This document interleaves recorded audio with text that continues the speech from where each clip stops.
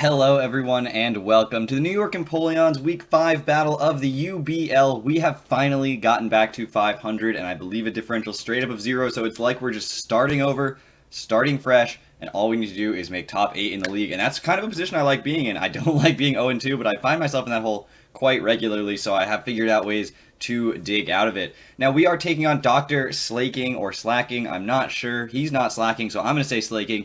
And his Bowland Bovines, super sweet logo, really fun guy, good content. I encourage you guys to go check him out.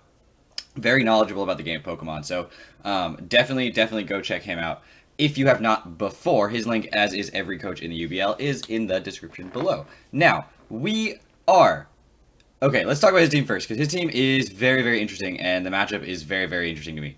So his team is Infernape, Rotom Wash, Salamence, Diggersby, Metagross, Pangoro, Whimsicott, Sharpedo, Garbodor, Palisand, and Mega Glalie, with Salamence and Sharpedo being his two possible Z users. Now, Sharpedo being a Z user actually benefits me greatly because that Z user isn't something else like Infernape, which would be a huge problem. I definitely think it's going to be Choice Scarfed Infernape, or possibly Choice Scarf Diggersby, but Agility Swords Dance Diggersby is much scarier to me. So I'm pretty sure it's going to be Choice Scarf Infernape to outspeed the Koko, since my Koko outspeeds everything on his team, just naturally, since Whimsicott's his fastest mon at 116.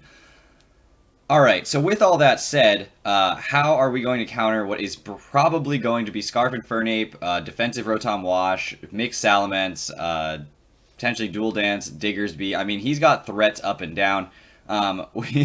We've got answers, hopefully, for all of the threats he could throw at us. But this is a week that I needed somebody to battle early because I'm going away from Thursday through Sunday. And so, thankfully, he was like, yeah, let's just battle on Tuesday. So I threw this team together. Haven't gotten as much time to prep as I usually would, but that's fine. It's my fault. It's not obviously his fault for being that way. So I'm definitely not going to start complaining about it. But first mon is going to be what amounts to the best revenge killer that I have, which is Heracross. Scarfed Heracross does so much work against his team. I've got enough speed to outspeed a Whimsicott that doesn't use, obviously, a status move. But that being said, I don't have any coverage for a Whimsicott. Close combat still does about 30% if he's not like physically defensive Whimsicott. But that being said, I do think that this Heracross does have a chance to kind of go in against his team for the most part. And being able to click knockoff against some of his more defensive threats that could switch into a Heracross like Palisand or Garbodor is really nice, and then being able to switch out. Now, this is sort of a revenge killer, but he does have a couple of solid mons to switch in to check it. Intimidate Mence would be one, which is why I have Toxic. Defensive Rotom Wash can take a hit potentially, and then might scare me out by being potentially Scarfed, who knows. And so I've got Toxic for that, or the Palisand.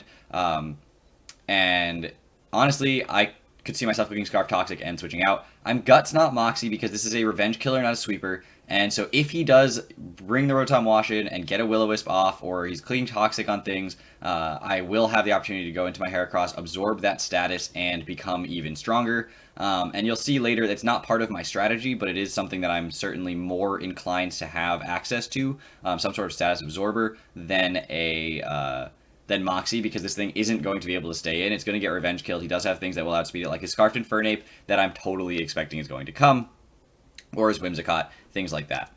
Next up, we have my Tapu Koko, which is going to be Timid this week, and it's going to be enough speed to outspeed the Whimsicott. Timid is just so that I can put a little bit more into bulk, since I didn't really need modest investment for anything. And so we are going to be running the Shuka Berry, which allows us to take one Earthquake from a Diggersby that has not gotten a Swords Dance off. And Dazzling Gleam is sometimes a 2-hit KO. It is after Rocks, so we'll talk about that in a bit. Where we see which mon I am bringing for Rocks. I only have 2 choices, so 50-50 shot if you guess right now. Volt Switch is great because Diggersby doesn't love switching into a Koko, nor does Palisand. Palisand takes like 70% from a Grass Knot, so neither of those can just switch into a Dazzling Gleam plus Grass Knot, so I don't think they're going to be safe switches into Koko. And then this is my Defogger this week, since he does have some good access to Rocks in his Palisand and his Metagross, as well as his Garbodor being able to set up Toxic Spikes, and I believe Spikes as well. Next up, we have Charizard X coming again this week with the Dragon Dance, Flare Blitz, Roost, and Dragon Claw. The one thing that I have to watch out for right now is Aftermath Garbodor, which can definitely do a lot of damage to me because I have to hit it with a move that makes contact. I thought about running Earthquake, but I didn't have the space for it. I'm not running max speed Jolly to speed tie with a Dragon Dance Salamence, so hopefully we are able to get in. I knew that was still going to get outsped by a Scarf Infernape, which is sort of why I expect it's going to be Scarf Infernape. But Scarf Infernape can't OHKO me with anything if I'm at full, so I can definitely play around that. And then being able to outspeed everything on his team at +1 and basically kill it. Palisand requires me to be at +2 with a Flare Blitz to OHKO it straight up, but otherwise being able to kill things just pretty much for free. Charizard, not a sweeper, more of a breaker, but Dragon Dance into breaking a couple mods can really help me push through his team. And for my second half of my team, which you're going to see is my more defensive core, you guys are going to see that that's why Charizard breaking a couple of threats can make my defensive core even more effective. First up, we're bringing Braum the Licky Licky for the first time this season. It is going to be S-Toss, Wish, Toxic, and Heal Bell, which is why you can see Heal Bell plus the Guts on the Heracross don't really go together, but that's okay. I'm not using Guts as my primary, thing with Heracross this week, so I do not want this thing getting toxic. I do not want my other mons getting status, so I am going to be using Heal Bell this week. This is my specially defensive absolute tank. It stops Palisand, it stops Rotom Wash, and that's honestly, that's his special attackers and Whimsicott. Everything else is physical, or in Infernape's case, straight up mixed. Salamence can also be mixed as well, but everything else is pretty much physical. And so S-Toss is just 50 damage straight up. I know it says 100, we're battling level 50. 50 damage straight up, Oblivious, so I can't be taunted because most of my moves are support. And then I can always just Wish and then go into another Mon that wants to absorb that Wish, one of my potentially offensive Mons like the Heracross or the Charizard. Get those in safely, especially if rocks are up, and then go from there. Toxic is also something I definitely want to click, maybe not as often as possible, but close to it. Next up, we have Slowbro, which is going to be called Slack Off, Thunderwave, and Toxic, and as you can see, this defensive core is building around status. Thunderwave is there mostly for Dragon and Salamence, as well as a Scarf Infernape. Everything else, basically, outside of Metagross, I want, and Garbodor, obviously, I want to Toxic. Metagross, I would prefer to Scald, and then Garbodor, I would also prefer, I don't even know. Garbodor, I don't think status is that important, but this thing is a status machine. This thing is going to be super obnoxious. I had a couple of other moves, but it ended up being that triple status was just the best way to go. Scald hits his entire team really hard. The only resists are Whimsicott and Sharpedo. Whimsicott scares me out anyway, and so does Sharpedo, so I figured, okay, that's fine. I'm not going to worry too much about it. But I am rocking the Rocky Helmet on this week because of all of his physical attackers. This hard stops Diggersby, hard stops Metagross. Infernape does like 30% with a U-turn and then takes Rocky Helmet chip. So, and then I get Regenerator when I switch out, and I have Slack Off as well. Next up is the Skarmory, which is going to be Impish, Sturdy, and a Rocky Helmet with Stealth Rock, Whirlwind, Toxic, and Roost. So this forewent all offensive moves. So we slowly got more and more defensive as I went up through this team, but Stealth Rock is obviously very important to my strategy this week. It doesn't have to get up from turn 1, but it does need to get up. Whirlwind is great because if he does have his Dragon Dance Salamence and I do have Sturdy, I can make sure that leaves the field without the boosts. Toxic, again, great because this thing can force a couple of uncomfortable switches for him against things like the Palisand or the Diggersby, and being able to have him switch into maybe his Whimsicott, maybe his Rotom Wash, and taking a Toxic would be wonderful. And then Roost obviously is just for defensive utility, and it's just a Skarmory. It kind of needs Roost, which meant that it didn't have space for Defog, which is okay because I could put it on Coco this week. But I would rather have my rocks up. It's only if he starts hazard stacking that I'm really going to want to defog, or if Charizard needs to come in and I don't have my rocks up yet. Obviously, that's a situation where I'd be happy to defog. Anyway, that's the team this week. It is half offensive, half defensive. We end up in a very interesting middle ground. I hope you guys enjoy, and I will jump right into that battle with you so I don't waste any more of your time. Take care, everybody. Nope, that's not what I say here. See you in a second. All right, everyone, welcome back. We are here with DrSlaking. We'll keep that in. Hello, everyone, and welcome back. We are here with DrSlaking. He is just selecting his team, and we'll jump right into it. For anyone who skipped the team builder, I just want to once again reiterate how thankful I am for him being willing to schedule with me on short notice. I am going to be away from Thursday through Sunday of the week that I'm recording this, which is not the week that it's being uploaded, but suffice to say that the week I'm recording this, the week the battle is supposed to be scheduled, I'm going to be away for the latter half of the week, and I told him that on Sunday night, and he was like, cool, let's battle on Tuesday. And I was like, awesome. Like, I really appreciate the flexibility there and the willingness to jump in and do it early. So, shout outs to him. Thank you so much to him for that. And we are going to see what he's bringing. We're going to jump right into this battle. I am excited. I love these battles. I'm not going to lie. Salamence, Infernape, Rotom Wash, Palisand. Yep, this is pretty much the team I was expecting. He has the Sharpedo, not the Pangoro, which is fine. Or, I don't know. It doesn't have the Whimsicott, which I'm actually okay with. Now, Licky is a pretty safe lead. If he leads Palisand or Infernape to set up his rocks, Licky incentivizes Palisand not to set up rocks. Rotom Wash is also a possible lead. I don't necessarily see him leading Infernape, especially since I do think it's going to be his Scarfer, because Skarmory is so probable that I think Rotom Wash is his most likely and freest lead, since Volt Switch is 100% free against my team, as he can see. And until I Mega Evolve the Charizard, it's actually half my team's weak to it, and I set up the Electric Terrain to make it stronger, so Rotom Wash is his most likely lead here. And my best counter lead to that is Licky. I throw a free Toxic around when I do that, so I'm gonna just do that. I expect 100% that is a Scarfed Infernape. There is very little doubt in my mind that Scarfed Infernape is coming. It is so good against my team, since U-Turn is so easy to spam until he's ready to just click one of its stabs.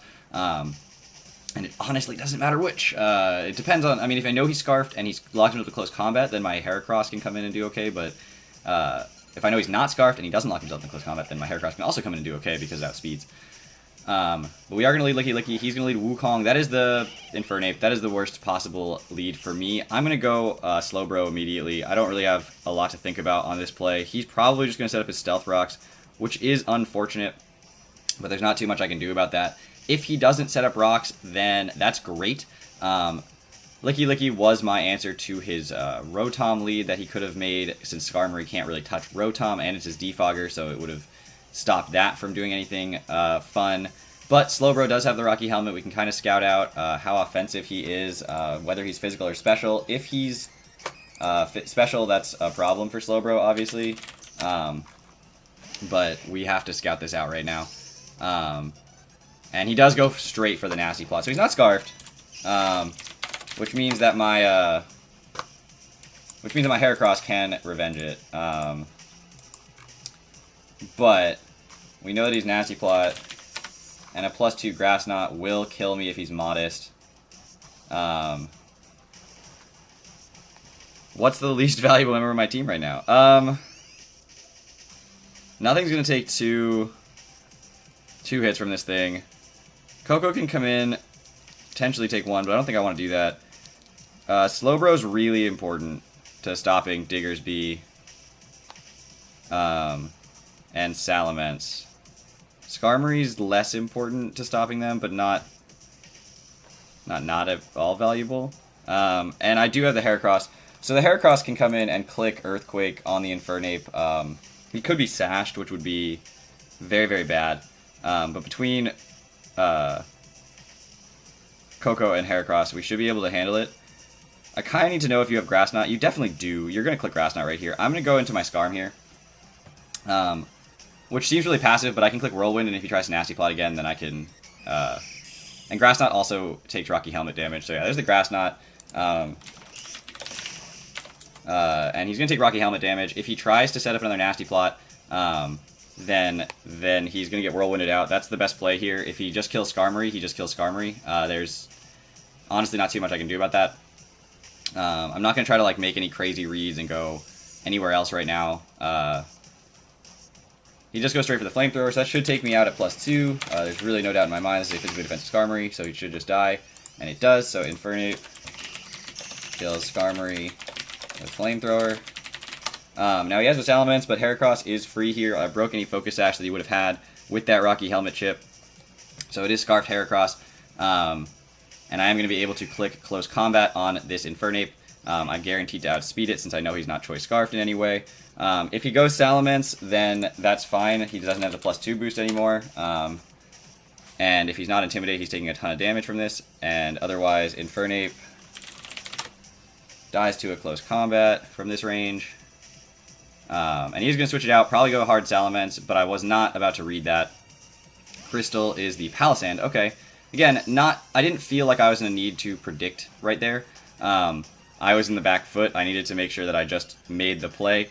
I could go Charizard here. I don't think that's my best play. I think it is going to be to go out into my Licky on this Palisand. Now, I could have clicked Knockoff. Again, he had to think that I was Scarfed the way I brought it in instead of the Coco, but that doesn't super matter to me.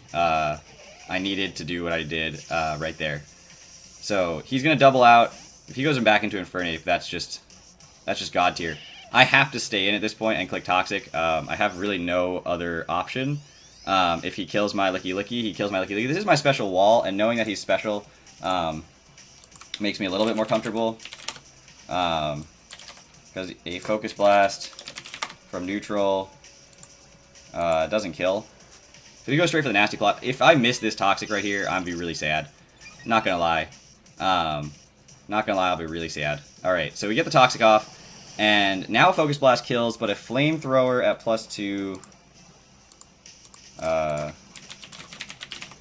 won't kill my Licky. So if he has Focus Blast, he has to land it. But I think my best play is to stay in at this point. And I could click Seismic Toss, which just chips down the damage that the turns that this will take, or I can click Wish, which allows me to go out into something like the Charizard. I'm gonna click Wish here.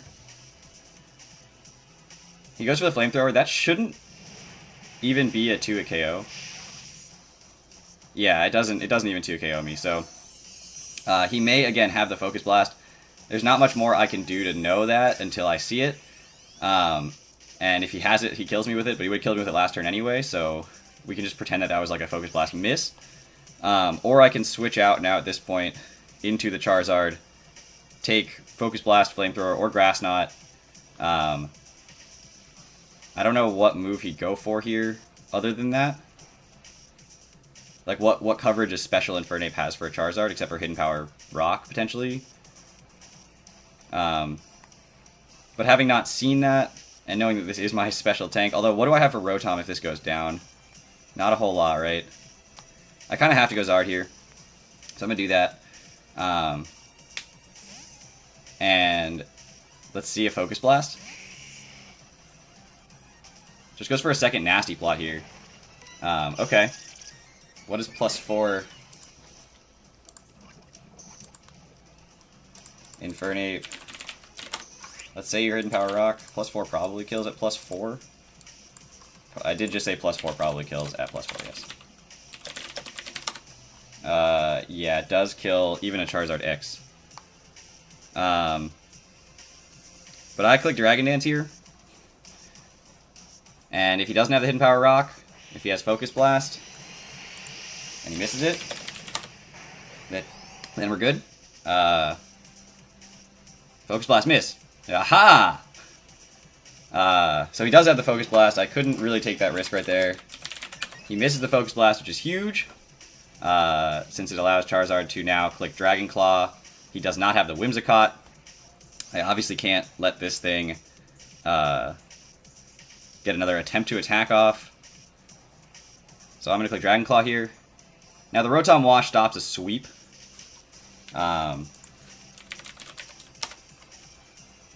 Potentially, Dragon Claw's a 2 KO if he's especially defensive, which I don't know why he would be. He'd definitely be physically defensive.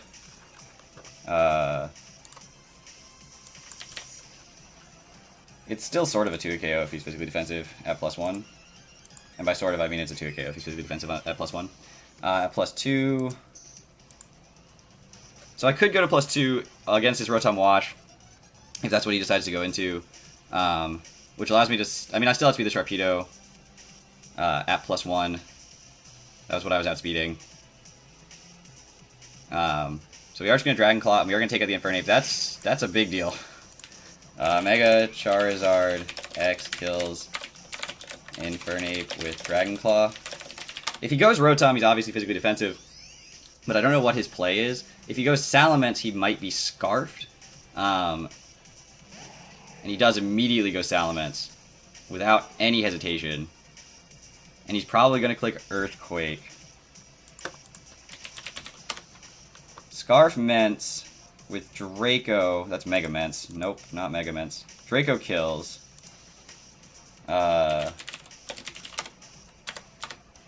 If he's physically offensive with Dragon Claw, he doesn't kill. And if he's not Scarfed, my Dragon Claw at neutral should kill him. And Charizard's not a sweeper. His Infernape's gone. And it doesn't have a ton of value to me outside of killing things here. So I'm going to click Dragon Claw. He stays in. He's a Bondberry. Okay, okay. I see you. What do you go for? He goes for Draco, lands it. That will take out my Charizard. So Salamence kills Charizard X with Draco Meteor. So he's either special or mixed. We know that. We know he's a Bond, and so that means that I could go Coco, Outspeed, and Dazzling Gleam, whatever. That's really, there's no drawback to that play at all. Volt Switch has a drawback in that he has two ground types here. Neither of them can really switch in very safely to a Dazzling Gleam, so I am definitely just going to go for the Dazzling Gleam here. If he does go into his Palisand, then I can scout out if Grass Knot will kill based on the Dazzling Gleam damage. If he just lets this thing die, then that's fine. That's a threat out off my back. And we're okay. We still have our Scarfed, whatchamacallit? Heracross. So he's going to switch out. He's going to go into Warren, which is the Diggersby. Alright, let me scout this damage out. That's real. Is that Assault Vested Diggersby? Hold on. I think that has to be Assault Vest. Wow, that's like max HP, max special defense Assault Vest.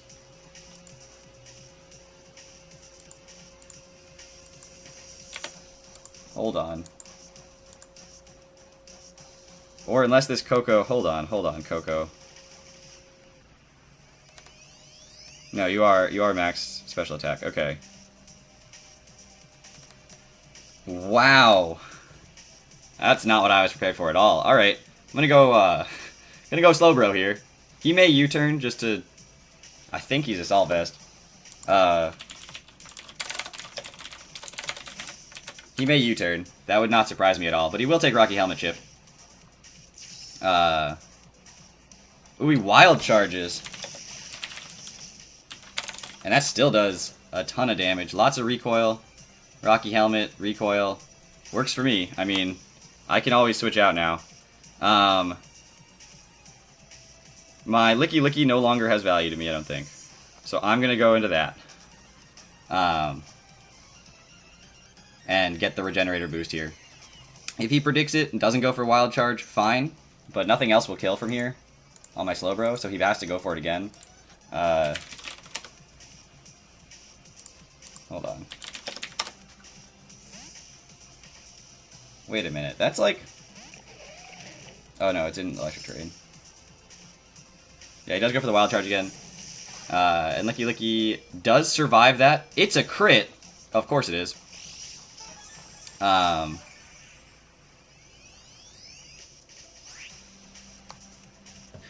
Okay. Now I can go back into Slowbro. Get some more Rocky Helmet damage. Even Wild Charge doesn't kill from here. But I don't think I want to do that. I think I just want Licky Licky to go down here. If he decides to go into something else, I think I'm just going to click Toxic. No sense in clicking Wish or anything. He's just going to Wild Charge. Is he choiced? How did that Dazzling Gleam do nothing? I don't think he's choiced anyway. I think he's just clicking Wild Charge to predict the Slowbro. So Diggersby kills Licky Licky with Wild Charge. I'm gonna go Slowbro here. Or do I go Heracross and click Knockoff, hitting the Palisand? And potentially, does that kill from here?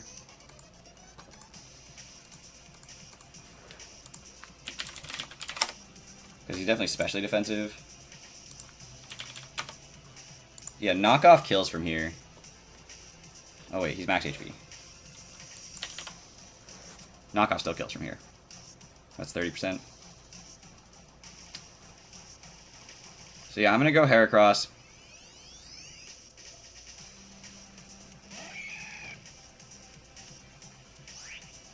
And I'm going to click Knockoff here.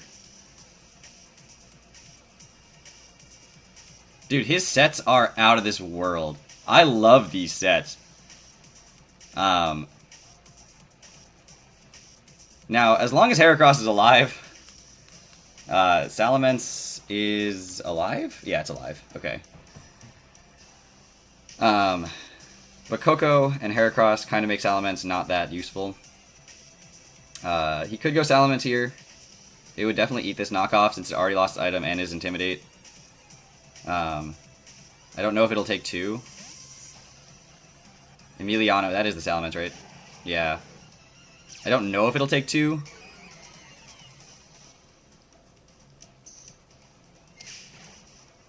Doesn't look like it'll take 2. It might be a roll, though. But I have to take that roll, unfortunately. Or I could go Slowbro. No, he already showed Draco. I can't go Slowbro. Slowbro's too important. Now, if he wants to go Sharpedo, he could. But then I knock off whatever item it is. Unless it's Z-move, at which point, then it outspeeds everything. But then I go...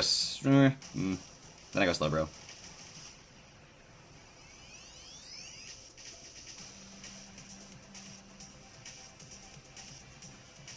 Because he could go into Sharpedo. I should have predicted the Sharpedo here. Yeah. It's Z-move. Oh, it's Rotom. Okay. That's very physically defensive.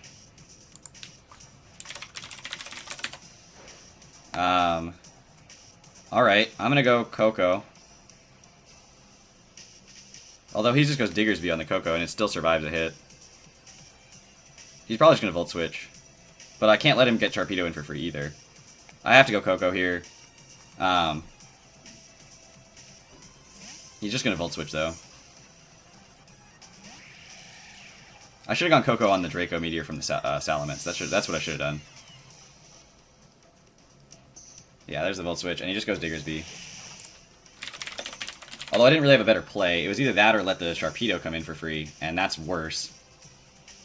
Because I do have the Shuka, and he has no offensive investment, so I am going to stay in. Shuka, Earthquake won't kill. Wild Charge certainly won't kill.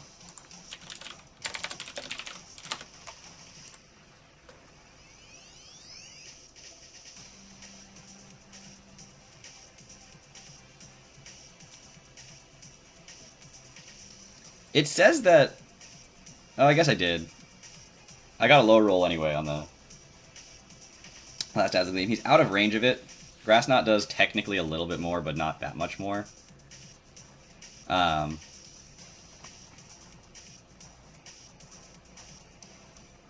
was really expecting Scarf Infernape. I was not expecting him to be Nasty Plot.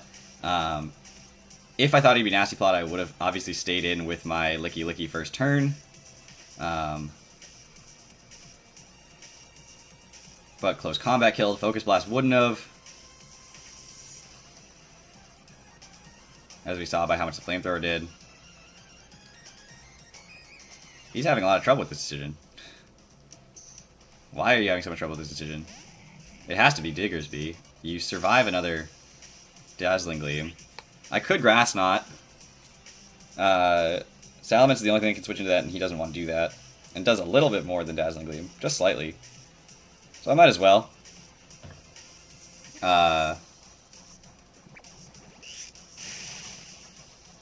And he's gonna Earthquake.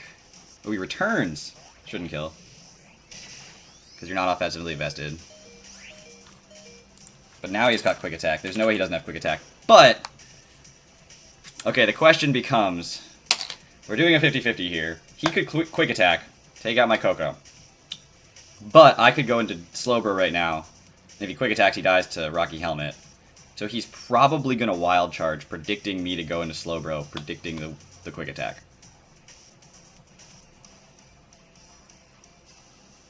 I still live a Wild Charge. And once this thing goes down, I don't think it matters. Slowbro's not that important. Coco is. So I will go Slowbro here. Now if he clicks Pursuit, that's just crazy. So I will go Slowbro. He's going to click Wild Charge. There's almost no doubt in my mind he's going to do that. It's a desperation play, and he's going to make it. Oh, he just goes for the return again? Okay, we're going to eat that. That's fine. And he'll die to Rocky Helmet. So, Diggersby dies to Rocky Helmet. Slowbro. Out comes the Sharpedo. Now I think... Okay, I have all the status. Crunch kills if he's adamant.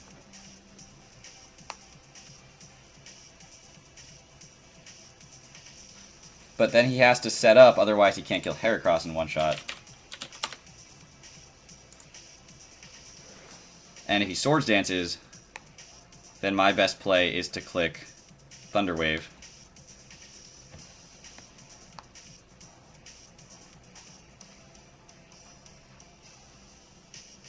And then go hard Heracross.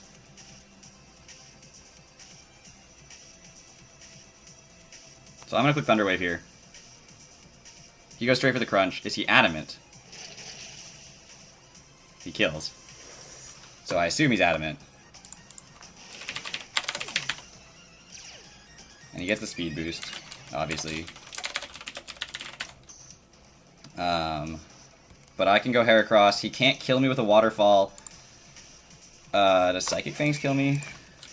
I didn't really calc that. No, it doesn't. Earthquake kills. He could switch out into Palisand here as well. How much does Earthquake do to a Palisand? Like 30%? Or I can Toxic. But if he goes Palisand, then I have to... I mean, then if he still has Salamence too. So I think I have to double here. Well, no, if I double and he stays in, then... Or do I have to knock off? Because 2 knockoffs still doesn't quite kill the Palisand, does it? Well, it depends. If he's Colbur, no. Definitely not. Knockoff's my safest play. It hits everything. And if he stays in, then I lost anyway. His sets were not what I was predicting at all. That's crazy. Dude, I love the sets he brought. I do think he switched out of Sharpedo. If he has Protect, he switched out of Sharpedo, because there's no reason that he would keep it in here. And he goes out into the Salamence just to sack it. That makes sense. Although it... Heracross kills Salamence with knockoff. Shows that I am not Moxie, which would have been very useful here. Crystal is the Palisand, which I click knockoff on. He's possibly Colbur. Doesn't super matter. Coco getting brought in safely. It sort of depends on if his Sharpedo has Protect. It probably does. I don't see why it wouldn't. But if it doesn't, for whatever reason, if he needed like Swords Dance, Crunch, Waterfall, Psychic Fangs, then Coco can still win this game. There's the Colbur. Yeah, that's not at all surprising to find. And at -1, it's going to do nothing. And he has the Psychic.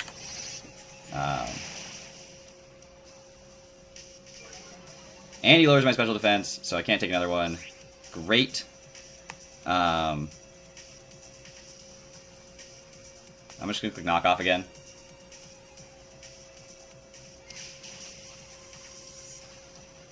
Goes for the Earth Power. Actually, there's no reason for him to do that, because I'll live that. And then I just knock off. He's going to shore up, though. Actually, if he shore ups, I should have gone Coco. Oh, well.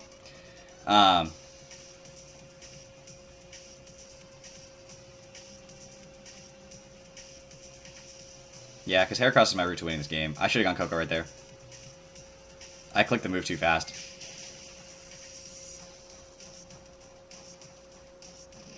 Yeah, I forced the shore up, and then I just didn't do the move that I needed to do when I forced the shore up.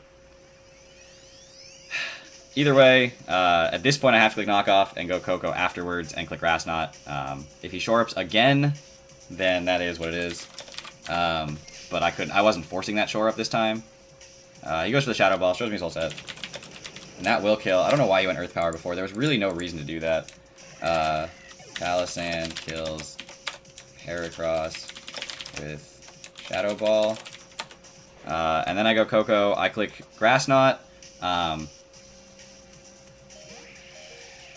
And then it comes down to, does he have Protect? Actually, Rotom probably can still take a hit anyway. But does he have Protect? Or do you preserve Differential and switch this thing out? Or does it take a Grass Knot? Who knows? It doesn't take a Grass Knot. It's a very heavy pile of sand right there. Tapu, Coco, kills Palisand with Grass Knot.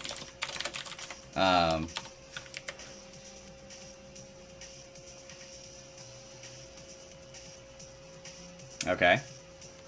So out comes Rotom, which should be able to take a hit. But I'll do this one last calc. In electric terrain, critical hit. Volt Switch does more. Then Dazzling Gleam and Grass Knot. Grass Knot does 10%.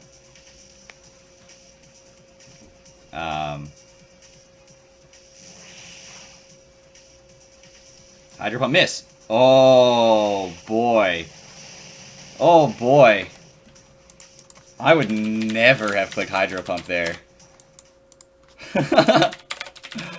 Rotom Wash kills Tapu Coco with Hydro Pump. I would never have done that. He must have had Protect on his Sharpedo and known that he had won the game, even if his Rotom went down. Because that's not a move I would have clicked. When I knew he had Volt Switch, the electric terrain was up. Volt Switch kills 100% of the time. Wow, that's bold.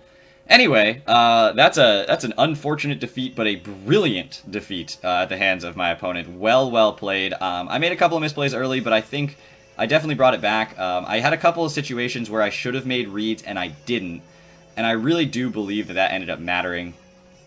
For instance, the Salamence going for Draco Meteor. I could have easily gone Coco there, threatened the Salamence out, scouted out the Assault Vest a lot earlier on the Diggersby, things like that. So that would have been really helpful. Just having like Charizard around, for instance, knowing that the Diggersby was Assault Vested, would have really been beneficial.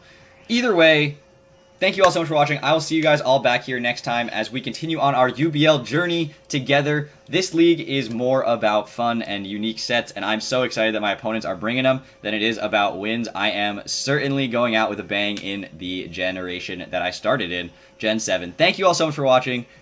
Take care, everybody.